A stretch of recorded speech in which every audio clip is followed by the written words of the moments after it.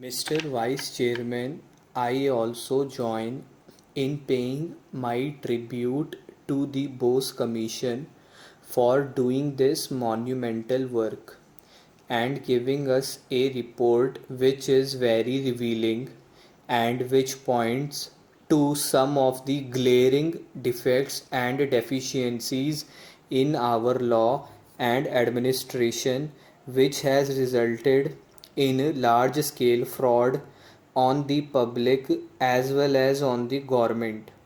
Normally, one might take a cynical view and say that wherever there is profit motive, people always try to amass as much money as they can through various devices, some legal and some extra legal, in the hope that they might not be caught, and one has to reconcile oneself to such a situation.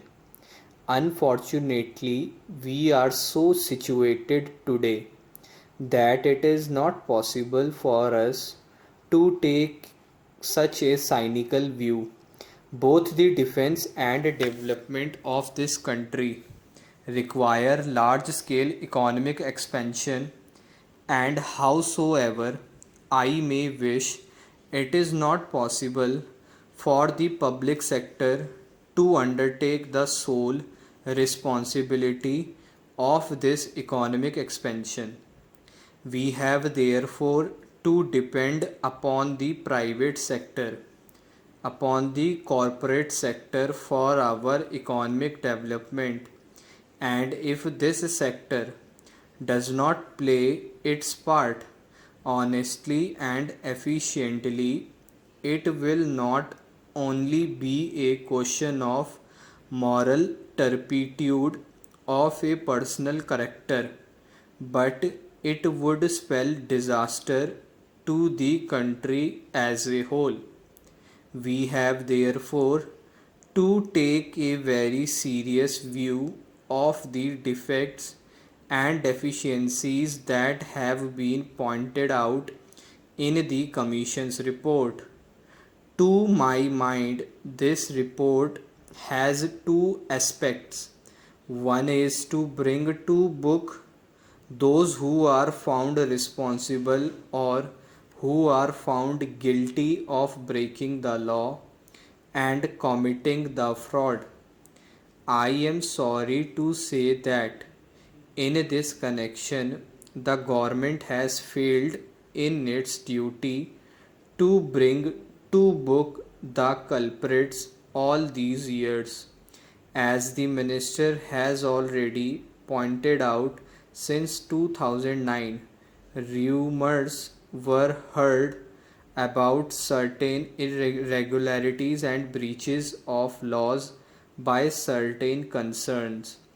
A very complicated and long drawn out machinery was put into motion in order to deal with this complaint.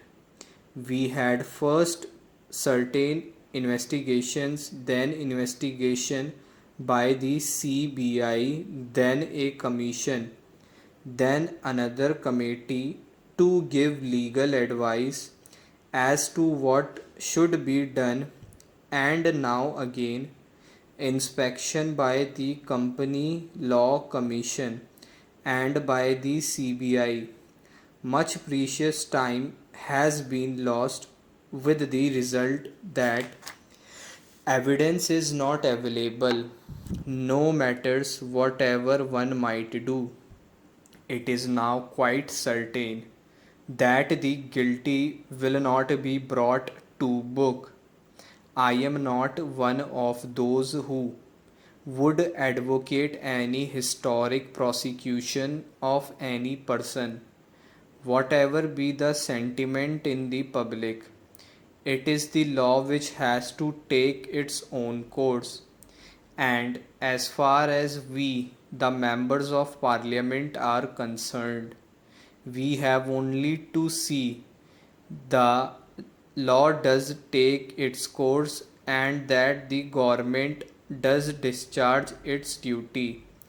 It is not for us to recommend who should be prosecuted and who should not be prosecuted, because we, as members of parliament, are not competent to do so. But certainly we are entitled to register our sense of sorrow when we learn that the machinery that was put into motion was so complicated and so long drawn out that prima facie it is now likely that all the guilty are not to be brought to book. Here again, it is not just a question of bringing the guilty to book, though that by itself is a very commendable object, and it is the responsibility of the government to do so. However, in the present circumstances, this has become very important because a feeling is growing in the community that you can do anything you like and get away with it, that the administration of law in this country has become so lax that it is possible for you to indulge in all sorts of malpractices. There is no fear of law in the minds of the public, especially in the minds of the business community. I am very sorry to say this, as I have said at the beginning. I know we have to depend upon the industrialists and the business community and the private sector for the development of our economy, and it would not be wise to pass any judgment in a generalized manner. But with all sense of responsibility, I am constrained to say that today, at least in the industrial community and the business community, respect for law has disappeared, and a feeling has grown that you can do anything as you like as long as you are clever enough to hide what you are doing.